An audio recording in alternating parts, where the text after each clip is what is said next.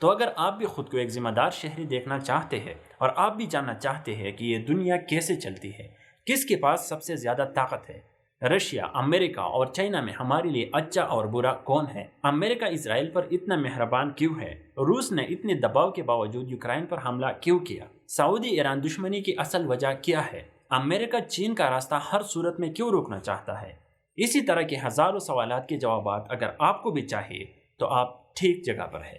World affairs, international politics, intergovernmental conflicts, different ideologies and philosophies کو سمجھنے سے پہلے ضروری ہے کہ آپ یہ سمجھ لیں کہ یونائٹڈ نیشنز کیا ہے، یہ کس طرح کام کرتی ہے اور یہ کیوں بنائی گئی۔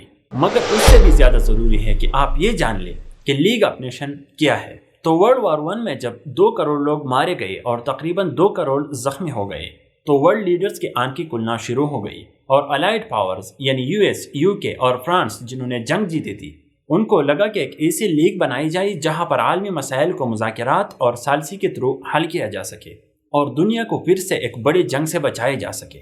اگرچہ اس سے پہلے بھی لوگوں نے اس پر کام کیا تھا، مگر اس وقت کے امریکی صدر ووڈرو ولسن نے ایک 14 نکات پر مشتمل ایک پروپوزل بنایا اور پیرس پیس کانفرنس کے سامنے رکھ دیا گیا۔ ممبرز نے اس پروپوزل کو اپروو کیا اور اس کا نام لیگ آف نیشن رکھا گیا، اور اسی وجہ سے اس کو امریکی صدر ووڈرو ولسن کا برینڈ چائلڈ مانا جاتا ہے۔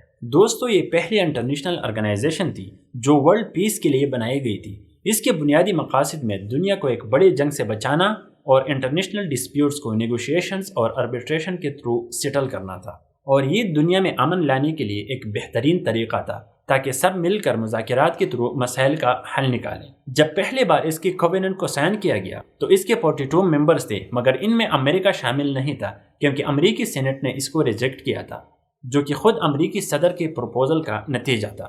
دوستو، اب سوال ذہن میں یہ آتا ہے کہ یہ کام کس طرح کرتی تھی۔ تو اس کے کچھ مین آرگنز، اسپیشلائزڈ ایجنسیز اور کمیشنز تھے، اور ان سب میں سے ٹاپ پر آتی ہے جنرل اسمبلی۔ تو یہ لیگ کا بہت اہم حصہ تھی، اور یہ مختلف چیزوں پر ڈسکشن کرنے کے لیے ایک فورم تھا، جیسے کہ ایک ملک کا پارلیمنٹ ہوتا ہے۔ جنرل اسمبلی سال میں ایک بار میٹنگ کرتی تھی، اور مختلف ممالک سے ریپریزنٹیٹیوز اس کے ممبرز ہوتے تھے۔ اس کے رسپانسبلٹیز میں جنرل پالیسیز بنانا، پیس ٹریٹیز میں ریویژنز کے پروپوزلز دینا اور لیگ کے فائنانسز کو ہینڈل کرنا وغیرہ شامل تھا۔ اس کے علاوہ یہاں پر چھوٹے ممالک کو بولنے کا حق بھی دیا جاتا تھا، اور چھوٹے ممالک یہاں پر انٹرنیشنل ڈیولپمنٹ پر بات کر سکتے تھے۔ پھر اس کے بعد آتا ہے کونسل۔ کونسل لیگ کے لیے ایک ایگزیکٹو باڈی کی طرح کام کرتی تھی، اور جنرل اسمبلی میں جو فیصلے ہوتے تھے ان کا اپروو ہونا کونسل سے لازمی تھا۔ کونسل ایک چھوٹی مگر پاورفل باڈی تھی۔ انیشلی اس کے ممبرز کی تعداد 8 تھی، جس میں 4 پرماننٹ ممبر تھے، جن میں فرانس، انگلینڈ، اٹلی اور جاپان شامل تھے۔ پرماننٹ ممبرز کے علاوہ اس کے نان پرماننٹ ممبرز بھی تھے، جو کہ جنرل اسمبلی کی ووٹ سے 3 سال کے لیے آتے تھے۔ ابتدا میں نان پرماننٹ ممبرز کی تعداد 4 تھی، مگر 1926 تک یہ 9 تک پہنچ گئی تھی۔ کونسل کی ذمہ داری مختلف کمیشنز کو سپروائز کرنا تھا اور ڈس آرممنٹ اور ڈسپیوٹس کو حل کرنے کے تھرو جنگ کا راستہ روکنا تھا۔ کونسل سال میں 3 سے 4 بار میٹنگ کرتی تھی، مگر سیکرٹری جنرل جب بھی چاہتا میٹنگ سمن کر سکتا تھا۔ اور اس کے بعد آتا ہے سیکرٹریٹ۔ سیکرٹریٹ لیگ کے لیے ایک ایڈمنسٹریٹو باڈی کی طرح کام کرتی تھی، اور سیکرٹری جنرل اس کو ہیڈ کرتا تھا۔ اس کی ذمہ داری ڈیفرنٹ باڈیز کا کام تیار کرنے میں مدد کرنا تھی، میٹنگز کیسے ہو رہی ہے یہ دیکھنا تھا، اور ممبر سٹیٹس کی ٹریٹیز بھی دیکھنا تھا اور پبلش کرنا تھا، تاکہ انٹرنیشنل ڈپلومیسی میں ٹرانسپیرنسی برقرار رہے۔ سیکرٹریٹ سیکرٹری جنرل کو جواب دہ تھی، اور یہ کسی سے انسٹرکشنز نہیں لیتی تھی۔ سیکرٹری جنرل لیگ کا چیف ہوتا تھا، اور یہ جب بھی چاہتا میٹنگ سمن کر سکتا تھا، اور یہ کسی خاص ڈسپیوٹ پر پارٹیز کے ساتھ سیٹلمنٹ کی بات بھی کرتا تھا۔ تو اس کے بعد آتا ہے پرماننٹ کورٹ آف جسٹس۔ یہ لیگ کی ایک بہت اہم باڈی تھی، اور اس کو ہیگ نیدرلینڈ میں سیٹ اپ کیا گیا تھا۔ اس کا کام مختلف ممالک میں ڈسپیوٹس کا منصفانہ حل کرنا تھا، اور اسی وجہ سے اس کو بہت عزت ملی، اور بعد میں اس کو UN کا حصہ بھی بنایا گیا۔ اس کے علاوہ اس کی کچھ کمیٹیز اینڈ کمیشنز بھی تھی، جن پر ہم یہاں بات نہیں کریں گے۔ میں آپ کو صرف وہ چیزیں بتاؤں گا جو آپ کے لیے جاننا ضروری ہو۔ یہ تو ہوا اس کا ایک تعارف، پر اس کے اچیومنٹس کیا تھے؟ دوستو، 20 سال کے عرصے میں اس نے بہت اچھے ریزلٹس بھی دے، خاص کر health organisation, international labour organisation اور ریفیوجی آرگنائزیشن کے تھرو۔ ILO کا مینڈیٹ یہ تھا کہ یہ لیبر اور ورکر کی کنڈیشنز بہتر کرنے کے لیے کام کرتا تھا۔ اسی کی وجہ سے مختلف ممالک نے لیبر کے لیے خاص وقت مقرر کر دیا، جس میں صرف وہ کام کرتے تھے، اور مختلف ممالک لیبر کی کنڈیشنز بہتر کرنے میں بہت ایکٹیو بھی ہو گئے۔ اس کے علاوہ ریفیوجی آرگنائزیشن نے بھی بہت اچھے کام کیے، خاص کر روس میں پھنسے 5 لاکھ وار پریزنرز اور ریفیوجیز کو گھر پہنچانے میں مدد کی۔ ہیلتھ آرگنائزیشن نے بھی بہت اچھے ریزلٹس دیے، خاص کر روس میں پھیلے ٹائپس ایپیڈیمک کے کازز انویسٹیگیٹ کیے اور پوری یورپ تک اس کو پھیلنے سے روک دیا۔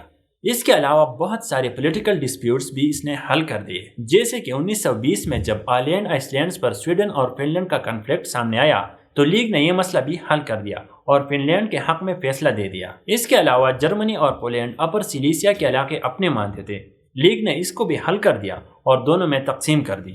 اس کے علاوہ جب یونان نے بلغاریہ پر حملہ کر دیا تو لیگ نے انٹرونشن کی اور یونان کو اپنے فورسز وڈرا کرنا پڑی اور بلغاریہ کو جرمانہ بھی ادا کیا گیا۔ اسی طرح جب ترکی نے عراق کے موصول پر قبضہ کرنا چاہا تو لیگ نے عراق کے حق میں فیصلہ دے دیا۔ اسی طرح اور بھی بہت سارے مسائل اس نے حل کر دیے، مگر ایک جگہ یہ ناکام رہا اور وہ تھا ورلڈ وار 2 کو روکنا۔ دوستو، لیگ کا آئیڈیا بہت اچھا تھا، مگر یہ ورلڈ وار 2 کو روکنے میں ناکام رہی اور اس کی کچھ اہم وجوہات تھی، جن میں سے سب سے بڑی وجہ اس کو ٹریٹی آف ورسائلز کے انڈر بنانا تھا، جس میں ڈیفیٹڈ نیشنز پر سخت پابندیاں لگائی گئی تھی اور ان کے لیے یہ ایک طرح سے جنگ ہارنے کا ایک سمبل تھا۔ ٹریٹی آف ورسائلز میں جرمنی پر سخت پابندیاں لگائی گئی تھی اور اس پوری تباہی کا ذمہ دار جرمنی کو ٹھہرایا گیا۔ جرمنی سے بہت ساری زمینیں بھی لے لی گئی۔ جرمنی سے آفیشلی منوایا گیا کہ اس جنگ کی ذمہ دار جرمنی ہے۔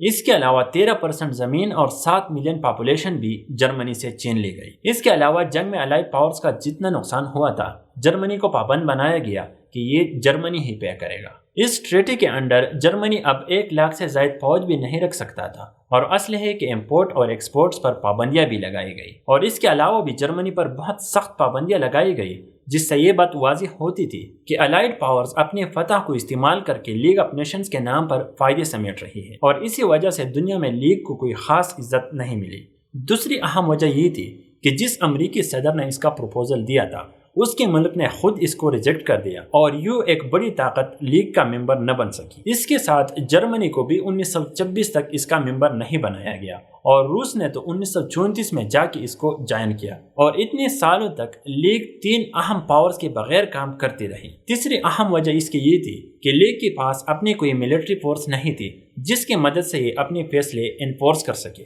لیگ میں انگلینڈ اور فرانس کا بہت اثر رہا اور اسی وجہ سے دیگر ممالک اس کی وہ عزت نہیں کرتے تھے، اور خود انگلینڈ اور فرانس بھی اس میں کوئی خاص انٹرسٹ شو نہیں کرتے تھے۔ اور اس کے علاوہ جاپان، جرمنی اور اٹلی میں ایکسٹریم رائٹ ونگ گورنمنٹس آئی تھی جو اس کے ریزولوشنز کو نہیں مانتے تھے۔ 1931 میں جب جاپان نے چین کے علاقے منچوریا پر حملہ کر دیا تو چین نے لیگ میں آواز اٹھائی۔ لیگ نے اس کی مذمت کی اور جاپان سے کہا کہ وہ اپنے ٹروپس وڈرا کرے۔ جاپان نے لیگ کی ایک نہیں سنی بلکہ الٹا لیگ کو ہی چھوڑ دی۔ جاپان کے خلاف نہ کسی نے ملٹری ایکشن کی بات کی اور نہ کسی نے اکنامک سینکشنز لگائی۔ اس کی وجہ یہ تھی کہ خود انگلینڈ اور فرانس کا جاپان کے ساتھ اچھی ٹریڈ چل رہی تھی اور وہ اس کو ختم نہیں کرنا چاہتے تھے، تو انگلینڈ اور فرانس کی اس ایکشن نے لیگ کا امیج اور بھی خراب کر دیا۔ 1935 میں جب اٹلی نے ابیسینیا پر حملہ کیا تو لیگ نے اٹلی پر سینکشنز لگا دی، مگر یہ سینکشنز اٹلی کی کول، آئل اور سٹیل پر نہیں لگائی گئی تھی، جس سے اٹلی نے اپنا انویژن آرام سے مکمل کر لیا اور بعد میں یہ سینکشنز بھی ہٹا دی گئی، جس کے بعد موسولینی ہٹلر کے قریب گیا۔ اس ایکشن نے اسمال نیشنز کا ٹرسٹ لیگ سے ہٹا دیا اور 1937 کے بعد کوئی لیگ کو سیریس نہیں لیتا تھا۔ اس کے علاوہ بڑے ممالک نے خود کو ری آرمنگ شروع کر دیا اور 1939 میں ایک اور بڑے جنگ کی شروعات ہو گئی۔ الائڈ پاورز پھر سے 1943 میں تہران میں بیٹھ گئے اور ایک نئے انٹرنیشنل آرگنائزیشن بنانے میں ایگری ہو گئی جو لیگ آف نیشنز کو ریپلیس کر سکے۔ دوستو، 12 اپریل 1946 کو لیگ نے آخری بار جنیوا میں میٹنگ کی اور آفیشلی خود کو ابولش کر لیا۔ دوستو، اس پوری ویڈیو سے آپ کو کم سے کم یہ معلوم ہونا چاہیے کہ لیگ آف نیشنز کو 1920 میں بنایا گیا تھا۔ اس کا مقصد دنیا کو ایک بڑے جنگ سے بچانا تھا جو کہ دنیا نے ایک جنگ دیکھی تھی جس میں کروڑوں لوگ ہلاک اور زخمی ہو گئے تھے، پر اس لیگ میں کچھ خرابیاں تھی اور اسی کی وجہ سے یہ اپنے پرائمری مقصد میں ناکام رہی اور دنیا پھر سے ایک بڑے جنگ کی طرف چلی گئی۔